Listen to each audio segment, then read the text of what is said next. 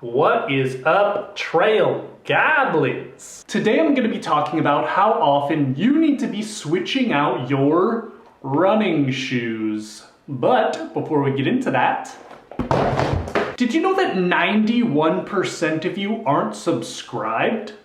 Hit that subscribe button or no new running shoes for you. Aw, your hips and knees hurt and it feels like you're running on a thin strip of cardboard? Too bad. Just kidding, please subscribe, thank you. First of all, let's talk about how to track how many miles are on your running shoes. The best and easiest way to do this will be on Strava. You can easily just add a pair of running shoes to your gear list on Strava. And if you have multiple pairs of running shoes like I do for road and trail, you can select the pair that you used after your run when your run is downloaded onto Strava. So as you can see in the gear section, I have 4 pairs of running shoes that I'm rotating between and the miles that are on each pairs of these shoes. You can also add when you want Strava to notify you after a certain amount of miles. So for example, if you want to be notified after 400 miles on a certain pair of shoes, you just go here and you tap the 400 and it will remind you once you've hit that 400 miles on your pair of shoes. If you don't want to use Strava and want to make it a little bit more complicated for yourself,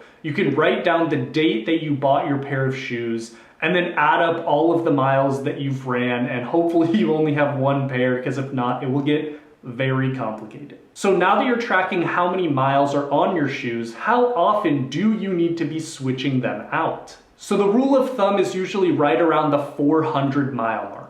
This is when running shoe companies say that your running shoes will have no more spring left in them and that you'll be more injury prone. However, I would say it depends on the shoes and how injury prone you are. I can usually feel when shoes start losing their shock absorbency because I can start feeling pain in my feet, shins, knees, and hips. And this could happen after 400 miles or it could happen after 900 miles. It just depends on how you're using your shoes. So after I ran a 100-mile race in my Hoka Speed Goat 4s, I noticed an instant loss of energy return in these shoes after I went back to using them after the race. So if I don't race in a pair of shoes and I'm alternating between trail and road shoes, I can usually go up to 800 miles in a single pair of shoes. Also keep in mind that I'm 31 years old, so once I hit my 40s, 50s, 60s, I understand that I'm going to have to be trading out my shoes more frequently because I'm going to be losing muscle mass and cartilage tissue. So I'm going to be needing a fresher pair of shoes to make sure that I'm not getting injured. So here's what I would do if I were a beginner runner who doesn't know their body super well. I would switch out my running shoes after 400 miles and be alternating between 2 pairs every other day. So what I like to do is have 1 pair for the roads and 1 pair for the trails. So this means if I have my Hoka Speed Goat 6 and my Asics Nova Blast 3, I would be using these one day on the trail, and then the next day I would be using these on the road. This also means if I want to do back-to-back trail days, I'm going to be using my road shoe for one of those days. I'm a trail runner, so I don't really particularly like to run on roads that often, so I will be switching between my trail and road shoes even while on the trails if I'm doing back-to-back days. I would not recommend running on the roads in your trail shoe because as you can see, the tread on them wears down really quickly. These used to be 5mm lugs.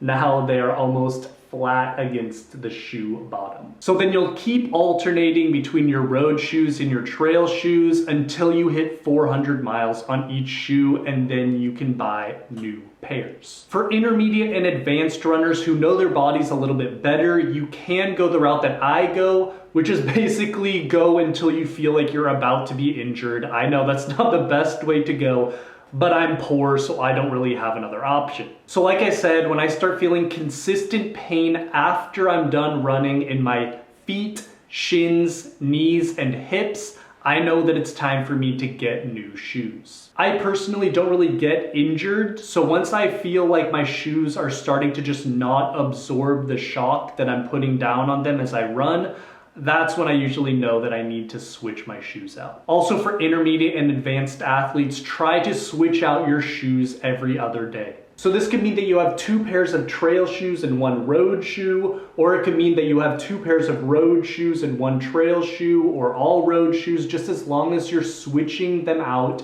every other day. So I usually go through 4 to 5 pairs of running shoes per year. And this also depends how often and how long I'm racing. So for example, this year I've run about 3,000 miles. It's currently November, so the year is almost over. And I just bought my 5th pair of running shoes, the Asics Trabuco Max 2. And yes, I will be doing a review on these shoes in the next couple of weeks. Another tip that I have is don't wash your running shoes in the washing machine. I've washed my shoes in hot water on accident and in cold water, and both times I feel like my shoes lost a lot of their shock absorbency. I washed my Hoka Speedgoat 6s after I finished UTMB this year, and afterwards, I don't know if it was the 100-mile race or if it was the fact that I put them in the washing machine, but I just feel like they lost all of their bounciness and they just have really nothing left to give me while I'm running. There's no pop in them at all. Same thing happened with my Nova Blast 3s. I just got them out of the wash. I did about a 10-mile run in them and they just feel like they really have nothing left to give me. They feel like they're all out of spring. So what you should do is scrub the outside with like an old sponge or something, and then for the insides of the shoes you can use like an odor spray so they don't stink up your house. Or just run stinky and dirty, it doesn't really matter. So like I said, after my first 100-mile race, my Hoka Speedgoat 4s, they just had nothing left in them. And I think that the Boulder Boy podcast talked about it best when they were talking about how Killian ran all of his races just with 1 pair of normal shoes. I mean, maybe a pair of fresh normals would have been like better, but I just mean clapped out normals. That's crazy.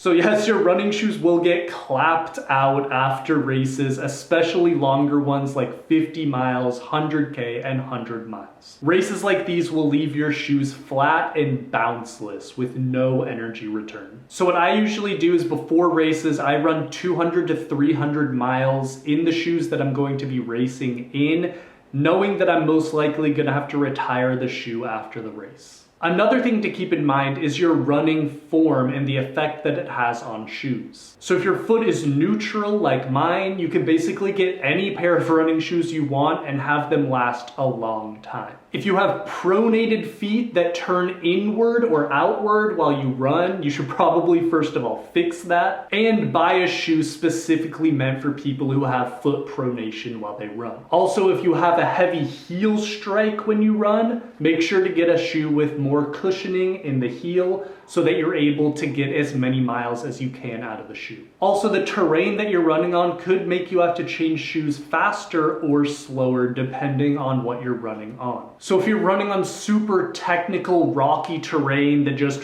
wrecks your shoes, rips them, makes the tread just instantly go, has fraying on here, then you're going to need to replace your shoes more frequently. However, if you're running on buttery smooth trails or even asphalt, you don't need to change out your shoes as often. As you can see, no wear and tear in these. These have 600 miles on them. So in conclusion, I think personally that running shoes should last you longer than 400 miles. I usually get at least 500 miles and up to 900 depending on the shoe, how often I'm racing, all of the things that I already listed. But yeah guys, that should wrap things up for today. How often are you guys switching out your running shoes? Let me know in the comments below, and also if you have any questions, I'll be answering them there. As always, thank you so much for watching. If you liked the video, smash that like button and subscribe now to become an official trail goblin. We're gobbling up trails and hobbling around in the mountains, and guess what? Goblins don't need to buy as many pairs of shoes as normal people do. Goodbye.